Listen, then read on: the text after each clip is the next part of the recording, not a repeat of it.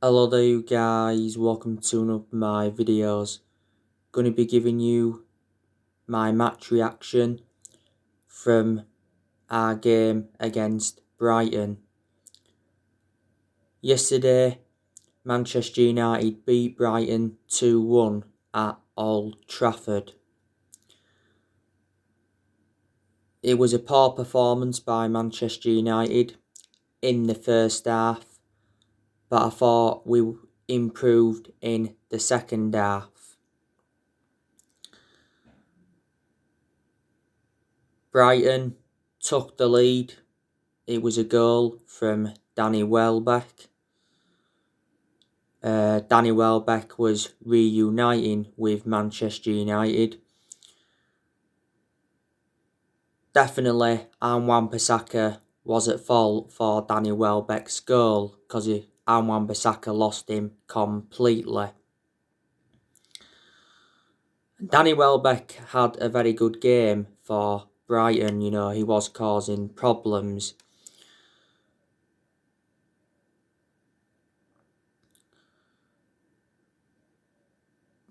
Mason Greenwood, he hit the post for us. Had some other chances as well and got his name on the score sheet. He scored our winning goal. I think we should put Mason Greenwood as a number 9. He's done very, very well since he broke into our first team squad. He made his senior debut in 2019. He's been a United player since the age of 7, so he has been with us a while. Earlier on this season, he signed a new 4-year contract.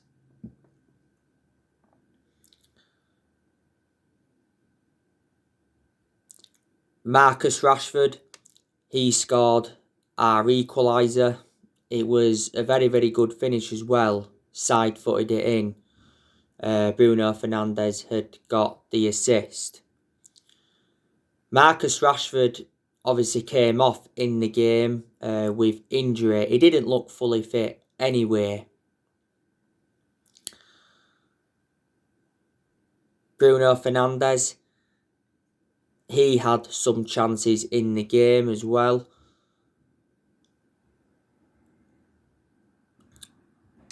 Dean Henderson, he was in goal.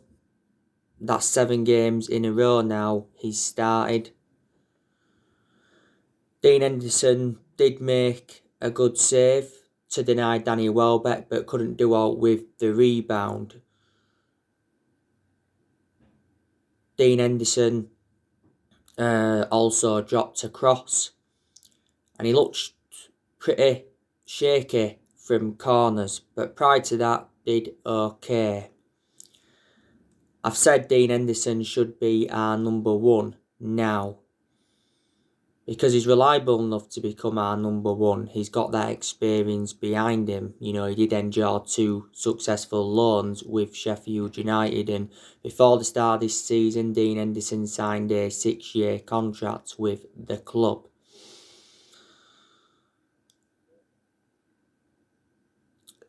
Harry Maguire, I thought he enjoyed a pretty good game. Did quite well defensively. Got forward well. He had some clumsy moments here and there. Harry Maguire was lucky not to concede a penalty because he did bring down Danny Welbeck, and that was a very, very good chance for Brighton. I think it went wide. VAR actually intervened, and Harry Maguire also made a vital interception. I think it was towards the end of the first half. And Harry Maguire has enjoyed some good games this season for Man United, but he certainly wasn't worth the £80 million we got him for. Luke Shaw, thought he enjoyed another good game. Defensively, Luke Shaw was quite good. Showed some good attacking intent. Luke Shaw's been player of the season by far. I think he's had a good career at Manchester United apart from his injuries. He's been at the club over 6 years. And Wan-Bissaka, I thought he enjoyed a pretty poor game yesterday. Lacked that attacking intent, and obviously was at fault for Brighton's first goal. I think now Wan-Bissaka's got a long-term future at Man United, but we've got to see more attacking intent from him. We got him in a deal worth £50 million from Crystal Palace. And he gets caught out a lot, doesn't he? Paul Pogba, obviously he started the game, he was playing in a deeper role. I don't like him in that deeper role. I prefer him in more of an advanced role, Paul Pogba, because that's where we seem to get the best out of him. Now, I thought he did quite well yesterday. Obviously got the assist for Mason Greenwood's goal. I think it was his first start in the Premier League for over 2 months. Fred, I thought he enjoyed a pretty good game. I think he got forward quite well, kept the ball well at times. Put a much better performance out than he did against Leicester before the international break. Fred was absolutely abysmal against Leicester in the FA Cup quarter-final because he gave the ball away countless times. And he was accountable for Leicester's first goal. It was his worst game in a Manchester United shirt. Fred wasn't worth the £52 million we got him for from Shakhtar Donetsk. Edison Cavani, he hardly had a kick in the game. Didn't really get enough service. So he looked very isolated.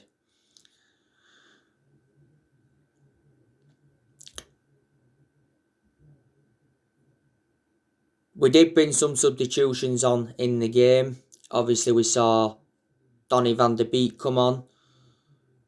We saw Scott McTominay come on.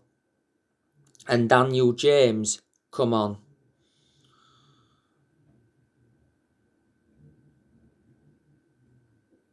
Brighton, though, will be disappointed that they didn't get anything from the game. But there was some good performers for them. Like I said, Danny Welbeck, he played well. Pascal Kroos had a good game for them. Adam Lallana also played quite well. Maupay was also causing problems. Lewis Dunk, he did quite well at the back for Brighton. He actually had a good chance in the game. I think it actually hit the woodwork.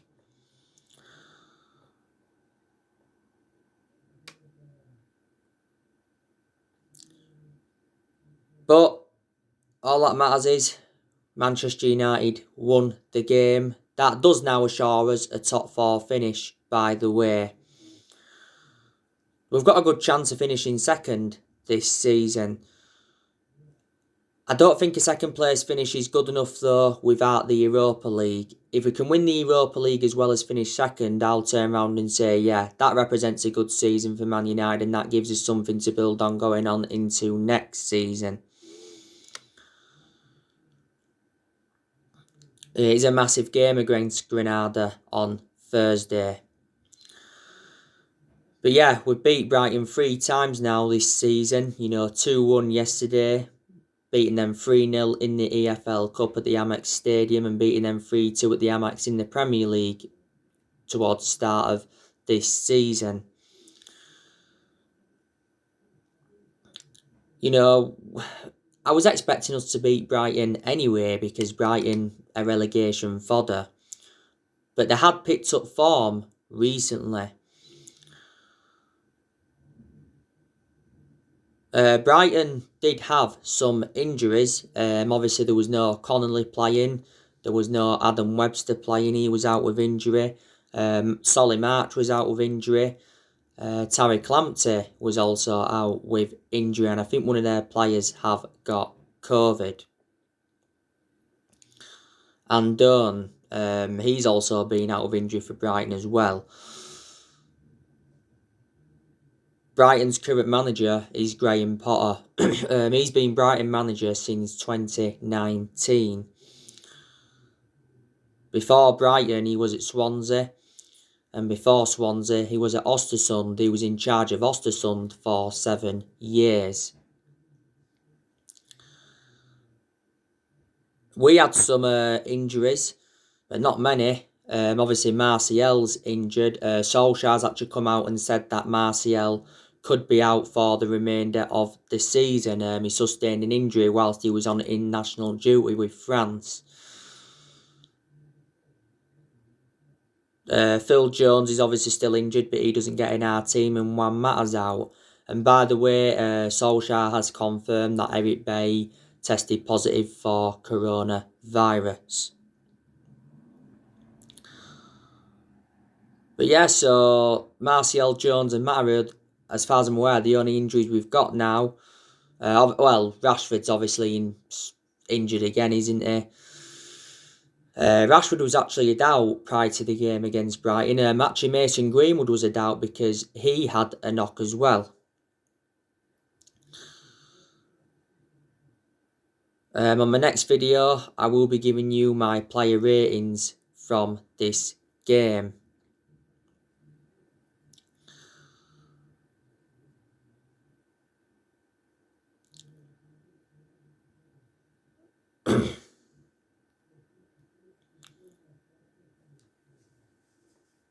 Now, this year's summer transfer window is massive for Manchester United and Ole Gunnar Solskjaer. Recent reports said that Manchester United will spend big in the summer transfer window. But Solskjaer said he wants to keep transfer dealings quiet. I reckon Solskjaer needs around £200 million to get the players he wants to recommend in. And I've given you the areas where I think Manchester United need to strengthen up. I think we need a striker, we need a right winger, we need a defensive midfielder, and we also need a centre-half. So I'm expecting us to make around 3 or 4 signings in the summer transfer window.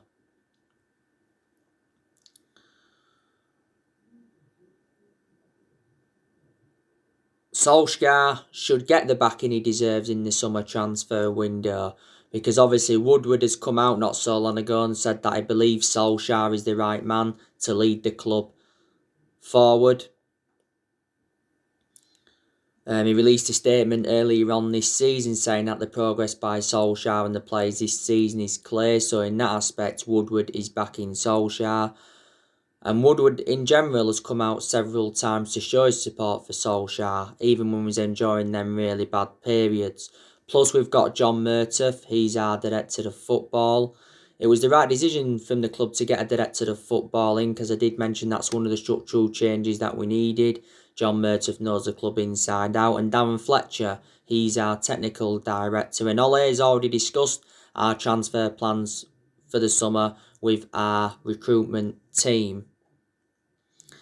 The summer transfer window will be Solskjaer's 5th transfer window as permanent Manchester United manager.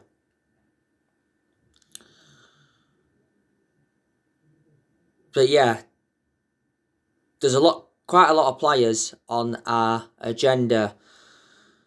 As you all know, we want to sign Erling Haaland from Borussia Dortmund. Now, prior to this game against Brighton, Solskjaer played down talks that Man United were chasing Erling Haaland. He said Erling Haaland will make his own mind up. Now, we recently declined to meet Mini Oriola over discussing an Erling Haaland deal.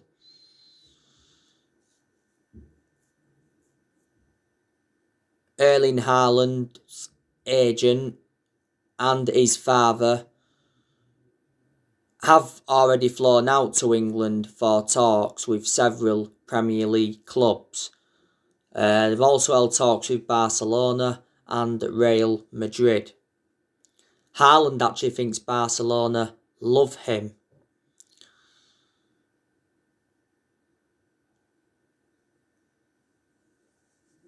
Now, Ole Gunnar Solskjaer knows Erling Haaland well because he gave him his debut at just the age of 16 at Molde.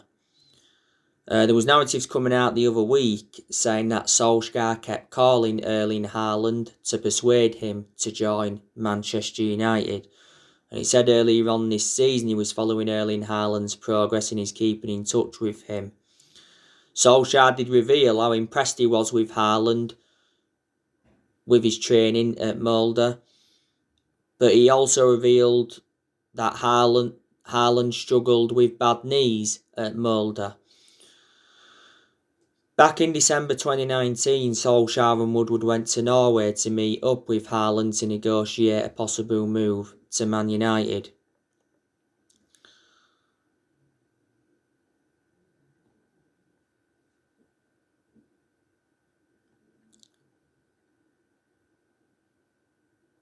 I think we are prepared to pay around £130 million. It said a few weeks ago that Dortmund had revealed their asking price. It was £154 million. But if Dortmund are demanding that, Dortmund are going to find it extremely difficult to sell Haaland. Haaland does have a £68 million release clause, but doesn't become active until next year. Erling Haaland's father, Alf Hinch Haaland, he's spoken about his son's career and his prospects, and he's spoken about his son's transfer links to Man United before. Said not so long ago that Erling Haaland was demanding £600,000 a week from his next club. But yeah, Haaland has been at Dortmund over a year. He's got a contract with them until 2024. Dortmund paid just £17 million for him. There's so many clubs in for Haaland.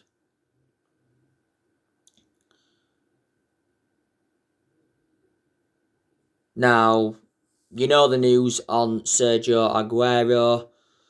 Recent reports have said that Ole Gunnar Solskjaer has ruled out a move for free agent Sergio Aguero this summer because of his long association with Man City, and Solskjaer also aimed a dig at Carlos Tevez for going in the opposite direction, because obviously Tevez went to Man City from Man United a while ago.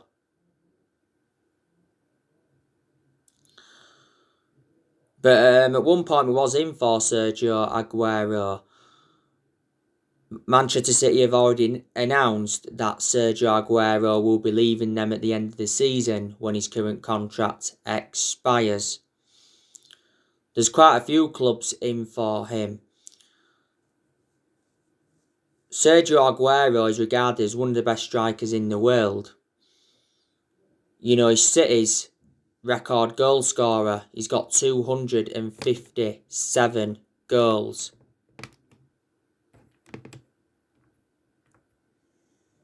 Which is good. He's been at Manchester City for 10 years now. Manchester City paid £35 million for him from Atletico Madrid. When Aguero was a lot younger, he played for Independiente. He is now the age of 32.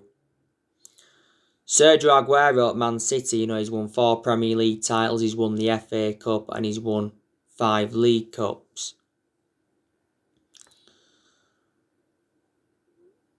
Oh, I'd take him at Manchester United, certainly. You know, he would assure his goals, and plus he's well proven in the Premier League. Jadon Sancho, he's still on our agenda, but Fabrizio Romano recently said we've not yet made our decision on Jadon Sancho.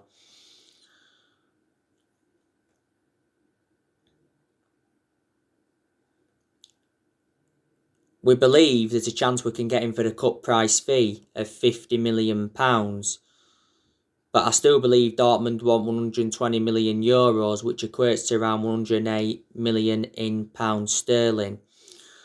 There has been good news coming out regarding Raphael Varane recently, because it says Raphael Varane's contract talks with Real Madrid have stalled.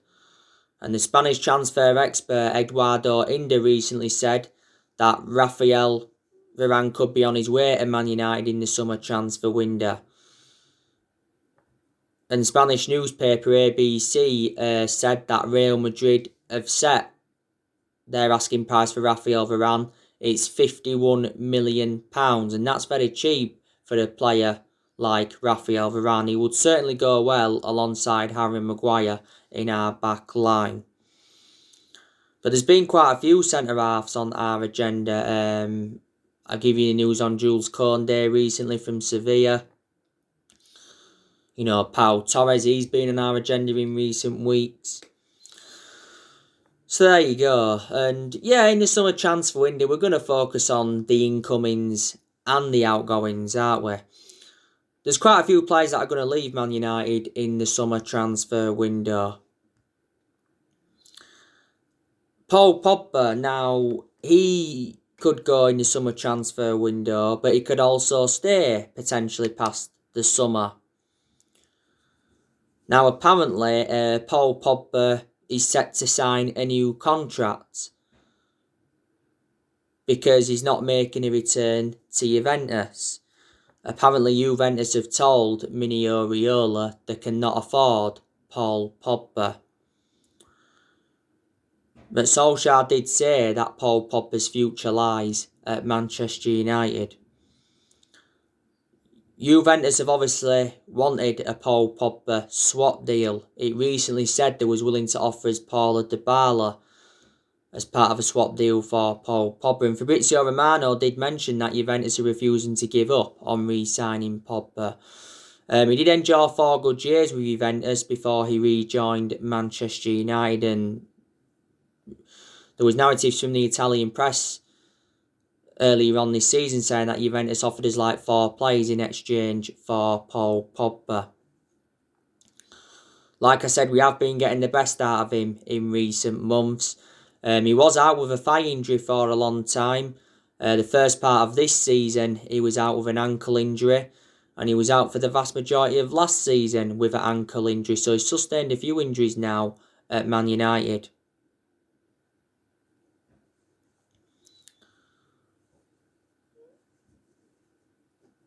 But Paul Pogba has had a long-running transfer saga.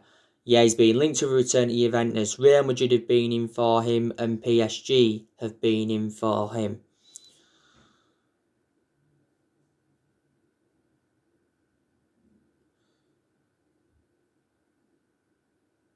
Ole Gunnar Solskjaer says earlier on this season that he hopes Paul Pogba will stay and sign a new contract. We have been in contract discussions with Pogba. Earlier on this season, we triggered that 1-year extension on his contract, so he's under contract with Man United until June 2022. Mino Raiola is obviously being desperate to get his client out of the club.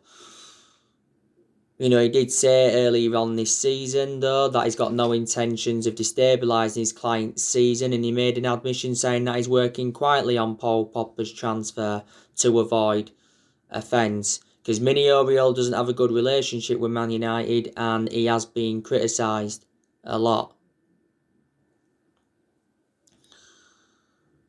And he criticised Sir Alex Ferguson the other week, and, you know, he got a lot of stick from that. He criticised Ferguson for forcing Pogba out of the club when he was a lot younger. I totally disagree with him criticising Ferguson. And he said he didn't give a fuck if he didn't give a fuck if he wasn't to send another player to Man United, as long as his clients are happy. And he made an announcement back in December regarding Pogba, and Solskjaer was furious with Mino Raiola's announcement. But yeah, Pogba's our most expensive signing at the moment because we paid £89 million for him, and this is Paul Pogba's 5th season at the football club since he rejoined. Matthias Pogba, Paul Pogba's brother, did say earlier on this season that there's a good chance Pogba will leave on a free next year, so he advised us to sell him this summer, and he said he's got no intentions of signing a new contract. De Gea, he's set to leave Manchester United at the end of the season. We are set to pay off his huge contract. We've set the price for De Gea, it's £50 million. It makes sense to sell De Gea in the summer transfer window so Dean Henderson can be officially our first choice goalkeeper. I reckon David De Gea has had his years at Manchester United. He's been at the club 10 years now. He's been with us since the Ferguson era. De Gea has made over 500 appearances in all competitions. He's been our number one for a while. De Gea has 2 years left on his current contract and he's on $375,000 a week. A few years ago he was regarded as the best goalkeeper in the world, but in the last couple of years he's made calamitous mistakes, and reflecting on that he's become a liability. But he has won everything domestically at the club. I think there's a good chance he will go back to Spain. Main explanations is because he was born in Spain, his relatives are from Spain, his girlfriend's from Spain, and he began his footballing career in Spain. And back in 2015, he was very close to joining Real Madrid, but due to a fax machine, the deal never materialised. We paid, was it just like 19 million for De Gea from Atletico Madrid back in 2011? Jones, I'm expecting us to get rid of him. You know, Jones doesn't even get in our team, and Jones is the only outfield player that's still here from the Sir Alex Ferguson era.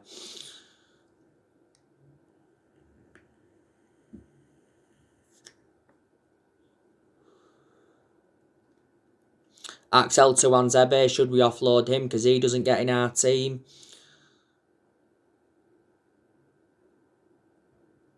Nemanja Matic, good chance we'll offload him in the summer transfer window because he's not one of our first choice midfielders, and as you all know, I've got my strong reservations about Matic. Donny van der Beek, good chance we're going to offload him because he's not getting enough opportunities at Manchester United. Most of Donny van der Beek's appearances come from the bench. He's only started 2 games in the league this season, and it recently said we was considering a Donny van der Beek swap deal. 2O Sports said we was willing to offer Van der Beek to Juventus in exchange for Adrian Rabiot.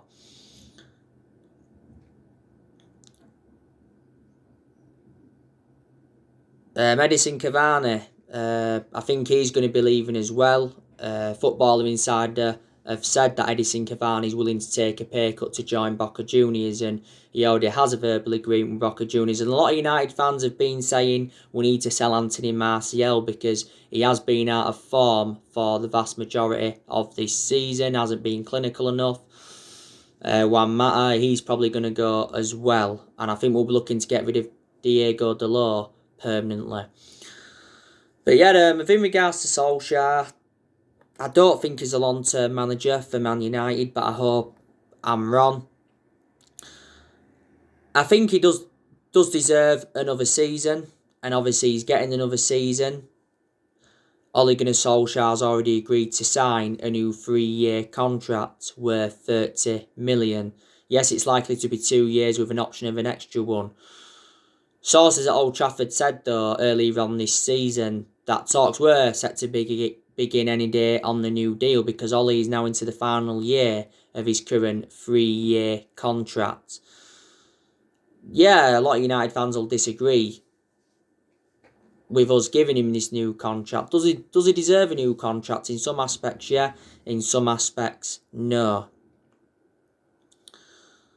Solskjaer has to win a trophy at Manchester United because that marks progress. And the Europa League is our only chance of any silverware this season. But even if we fail to win the Europa League, Solskjaer is not getting sacked. If we don't win the Europa League this season, that'll be exactly 4 years without a trophy for Manchester United. And that's not good enough. Really isn't.